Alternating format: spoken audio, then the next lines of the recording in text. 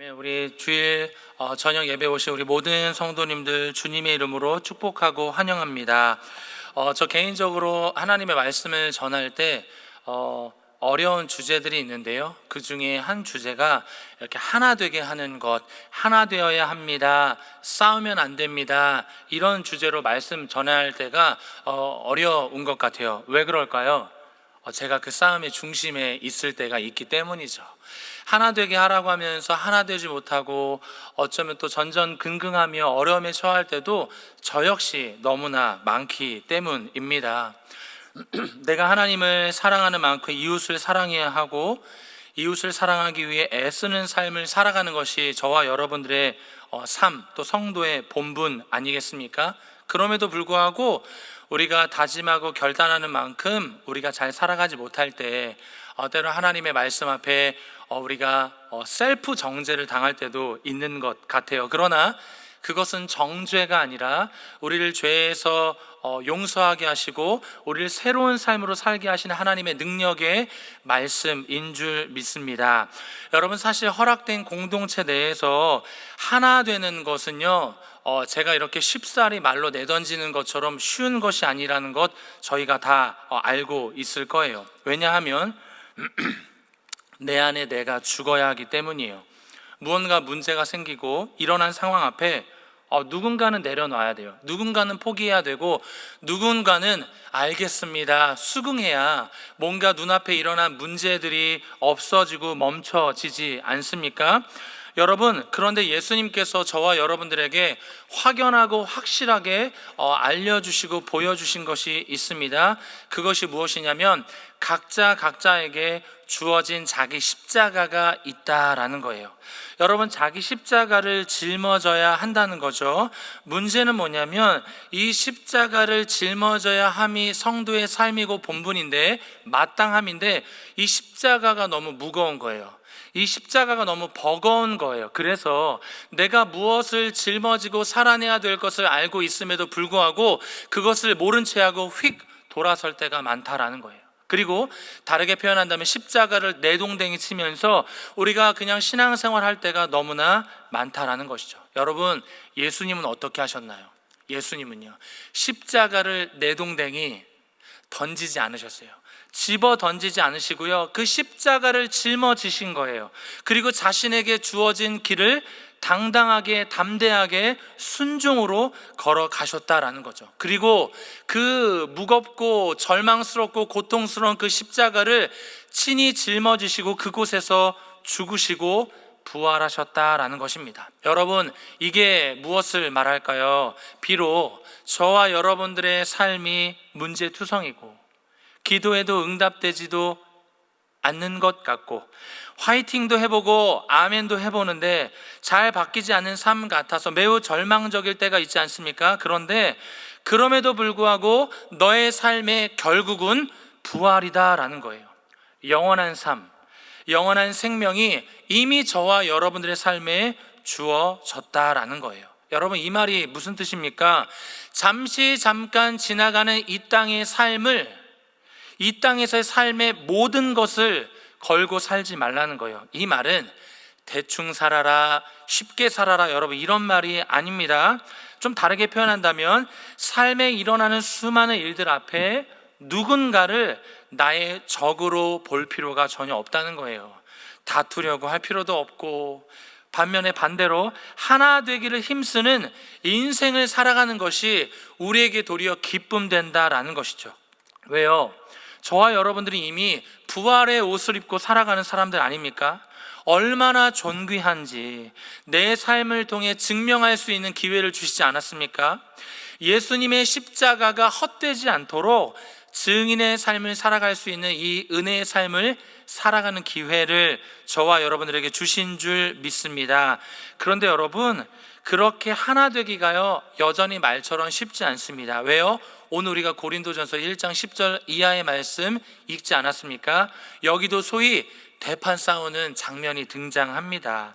갈등과 분쟁 속에 이 고린도 교회의 성도들이 있는 모습을 우리가 알 수 있는데요, 이 고린도 지역은 무역으로 굉장히 발달하여 부유한 도시였습니다. 그로 인해 사치와 방탕한 삶을 즐기고요, 술 취함과 음행의 유혹이 도사리던 아주 그 수많은 유혹 속에 살아가던 이 고린도 지역이었어요. 이 고린도는 바울의 이 전도 두 번째 선교 여행 중에 중심 도시 아니겠습니까? 1년 6개월 정도 있었는데요, 그 후에 바울이 지금 있는 곳은요, 에베소에 있었습니다. 그런데 에베소에 있는 이 바울에게 소식이 들어왔던 거예요. 뭐예요? 1년 6개월 동안 있었던 그 고린도 교회의 성도들이 갈등과 분쟁 속에 어려움에 있습니다라고요, 이 종들을 보내서 이 바울이 이 소식을 듣게 된 것입니다. 그래서 바울이 펜을 든 거예요. 편지를 쓴 거예요. 그렇게 살면 안 된다고, 성도답게 살아내야 된다고, 우리가 함께 영적으로 믿음으로 제자 훈련 받았던 그 은혜의 추억들을 붙들면서 살아가야 되지 않겠니라고 하면서요, 편지를 쓰기 시작했던 것입니다. 여러분, 왜 교회에서 이런 문제들은 끊이지 않고 생기는 것일까요? 우리 누가복음 5장 32절 말씀인데요, 같이 한번 읽어보겠습니다. 시작. 내가 의인을 부르러 온 것이 아니요 죄인을 불러 회개시키러 왔노라. 아멘. 아멘. 제가 여러분 어린 시절 신앙생활하면서 헷갈렸던 게 있는데요, 그 당시 제가 섬겼던 다녔던 담임 목사님께서 이렇게 말씀하셨어요. 여러분들은 의인입니다 이러셨던 거예요. 그래서 저는 제가 정말 의인인 줄 알았어요. 그래서 어떤 느낌이었냐면, 난 이제 의인이다, 이제 죄인이 아니라 내가 이렇게 의인이 되는구나. 그래서 별명이 뭐다? 신의인. 안녕하세요 의인님, 뭐 이런 정도. 이렇게 가면 2단인데요, 이 정도는 아니고요, 정말 저는 의인이라 생각했어요. 아무것도 모르고. 그런데 내 삶을 가만히 들여다보니까 의인이 아닌 거예요. 이건 송두리째 죄인인 거예요. 너무나 못났고 하나님의 말씀 앞에 순종하며 살아가지 못한 제 모습을 보게 되니까 너무나 부끄러운 거예요. 그래서 제가 나는 의인이 아닌가? 왜 이러지? 그런 생각을 했어요. 여러분, 예수님의 십자가의 죽으심과 부활하심으로 저와 여러분들이 분명히 구원을 받지 않았습니까? 그런데요, 내 삶이 의인답게 살아가기가 만만하지 않은 거예요. 어려운 거예요. 제가 그때 알게 됐어요. 나의 의가 아니라 전적으로 예수님 때문에 내가 구원받은 것이구나. 구원받을 수 있는 이유와 근거가 나에게 1%도 없구나. 전적으로 하나님께서 나를 구원의 반열에 구원의 은혜로 인도하셨음을 알게 되었다라는 것이죠. 여러분, 교회에서 그럼에도 불구하고 왜 계속 이런 문제들이 생기는지 궁금하시나요? 신앙생활하면서 그런 질문 진짜 많이 들었어요. 목사님, 말씀 끝까지 들으셔야 되는데요, 교회가 왜 이래요? 교회가 이래도 되는 걸까요? 교회 다니는 사람이 왜 이렇죠? 누구는 왜 저러고 쟤는 왜 저래요? 막 이런 말 너무 많이 들었어요. 그래서 제가 뭐라고 하는지 아세요? 목회자라서 물론 용서를 구했어요. 죄송합니다. 그러면 안 되는데 죄송합니다 라고 용서를 구하고 이렇게 말했어요. 지금이 많이 좋아진 거예요. 예수 믿기 전에는 훨씬 심했어요. 아까 말씀하셨던 그 김지사님, 6년 전의 모습을 못 보셨죠? 엉망진창이었습니다. 지금이 진짜 의인 된 거예요. 이렇게 이야기했던 적이 있었던 것 같아요. 여러분, 교회는요, 죄를 짓지 않는 의인들의 모임이 아니라 연약한 죄인들이 모여 있는 곳이에요. 그리스도의 사랑을 닮아가고 주님의 몸된 교회로서 구원을 이루어가야 될 명분과 인생의 목적들이 있음에도 불구하고요, 날마다 넘어지는 삶들, 그 인생이 여러분 저와 여러분들의 삶 아니겠습니까? 그러다 보니까 나도 모르게 불쑥불쑥 참아야 되는데 그냥 가만히 있어서 네 하고 지나가야 될 것이 아니요? 그런데요? 뭐가요? 봤어요? 여러 가지 이렇게 막 물음표로 끝나는 말들을 하면서 어떻게 해요? 상처를 주고, 때론 상처를 받는 우리네 연약한 모습을 보게 되는 곳이 또한 여러분 우리가 있는 이곳이 아니겠습니까? 그런데요 여러분, 이것을 모르고 신앙생활하니까 어떻게 됩니까? 상처받게 되는 거예요. 오늘 말씀 고린도전서 1장 12절 말씀을 보니까요, 이 교회에 그러다 보니 파가 생긴 거예요. 어떤 파입니까? 바울파, 베드로파, 게바파, 아볼로파, 그리스도파 이렇게 네 개로 나뉘어졌는데 우리 표현으로 한다면 신선호파, 김효식파, 송주영파, 제가 다 세 명의 이름만 적도록 하겠습니다. 이런 식으로 파가 나뉘어진 거예요. 막 누구 파가 어떻대, 막 어떤 파, 누가 설교를 잘하더라, 찬양을 잘하더라, 음치더라, 은사가 많더라, 기도를 잘하더라, 잘생겼더라, 롱다리더라, 근데 여기는 숏다리다, 뭐 이러면서 막 나뉘어지는 거예요. 왜 나뉘어진지 아세요? 자기가 속해 있는 파가 더 좋다는 거예요. 우리가 더 은사가 많거든, 우리가 더 성숙하고 멋지거든, 이러면서 어떻게 해요? 드러내고 싶은 거예요. 자랑하고 싶은 거예요. 내가 속한 것이 제법 멋지다라고 말하고 싶은 거예요. 여러분, 내가 속한 것이 멋지다라고 말하는 것 좋은 것 아니에요? 우리 교회 너무 좋아요. 용인제일교회 이런 말하기 그런데 짱이에요. 여러분, 이런 소문 내셔도 돼요. 그런데 그 소문을 내면서 문제 뭐야? 싸워.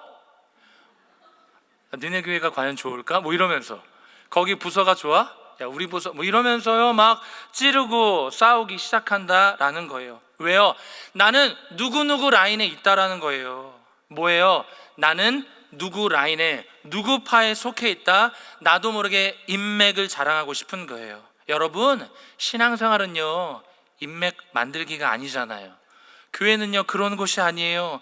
우리 교회는 절대 그런 곳이 아닙니다. 그리고 우리가 잘 아는 인맥 누구예요? 우리의 인맥, 우리가 믿는 분 맨날 말하잖아요. 내가 믿는 분 예수. 제가 너무 좋아하는 찬양의 가사예요. 내가 속한 분 예수. 아멘. 내 인맥 예수, 나의 자랑 예수, 내 평생의 노래의 이유 예수님 아니겠습니까?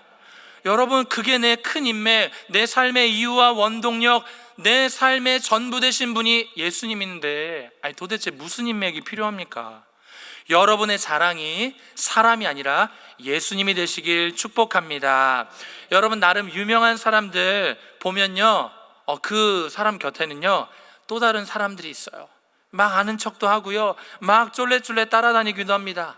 팬들이 너무 많아요. 그런데 여기서 중요한 게 있더라고요. 뭔가 웬만한 사람들은 잘 압니다. 너무 잘 아나요. 뭐예요? 지금 내가 높아지고 있는지, 나도 모르게 내가 지금 뭐 유명해지는 거야? 아주 단번에 감이 옵니다. 바울이요 지금 그걸 느낀 거예요. 한 번에 느낀 거예요. 뭐야, 나를 추종하는 사람들이 있네. 자기도 모르는 파가 생긴 거예요. 그 이름도 바울파다. 이렇게 멋지게 바울이 말합니다. 13절에서 15절 말씀 우리 한 목소리로 같이 한번 읽어볼까요? 시작. 예수께서 손을 내밀어 그에게 대시며 이르시되 내가 원하노니 깨끗함을 받으라 하신대 나병이 곧 떠나니라. 예수께서 그를 경고하시되 아무에게도 이르지 말고 가서 제사장에게 내 몸을 보이고 또 내가 깨끗하게 됨으로 인하여 모세가 명한 대로 예물을 드려 그들에게 입증하라 하셨더니 예수의 소문이 더욱 퍼짐에 수많은 무리가 말씀도 듣고 자기 병도 고침을 받고자 하여 모여오되. 죄송합니다. 제가 말씀을 잘못 적었는데요. 오늘 고린도전서 1장 13절에서 15절 말씀입니다. 이 말씀을 간단히 말씀드리면, 그리스도께서 어찌 나뉘었느냐, 바울이 너희를 위하여 십자가에 못 박힌 적이 있느냐, 이런 말을 하는 거예요. 내가 언제 너희들을 위해 십자가에 달려 죽은 적 있니? 내가 내 이름으로 너희들에게 언제 세례 준 적 있니? 사실 세어보면 두세 명밖에 되지 않다. 너희의 죄 때문에 예수님이 십자가에서 죽으시고 부활한 거고, 성부와 성자와 성령의 이름으로 너희에게 세례를 준 거 아니냐.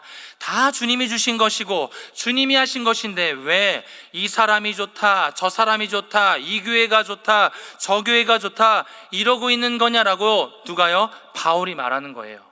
너무 멋진 고백 아닙니까? 다른 사람들은요 뭐가 잘 됐다고, 당첨됐다고, 뭐가 1등 됐다고 막 잘 돼서 감사하고 하는데요, 유명해져서 감사하다고 말하지 않습니까? 보통은. 바울은 참 이상합니다. 무엇이 감사한가? 내 이름이 드러나지 않아서 감사합니다. 내가 하지 않아서 감사합니다. 내가 드러나지 않은 것이 나에게 축복입니다 라고 말하는 거예요. 여러분, 저를 따라서 이렇게 한번 고백할까요? 세 글자인데요, 이렇게 고백합니다. 고수다. 시작. 여러분, 우리 친구들 고마워요. 예, 여러분 영적인 고수는요 다른 거 없어요. 자신을 드러내지 않습니다. 왜 드러내지 않는지 아십니까? 드러내면 망하기 때문이에요. 여러분 성경에 너무나 많이 기록되어 있지 않습니까? 이 땅에서의 너희들이 받는 영광이 많을수록, 사람에게 받는 칭송이 많을수록 하늘로부터 주어지는 상급은 적다라고 말씀하고 있지 않습니까?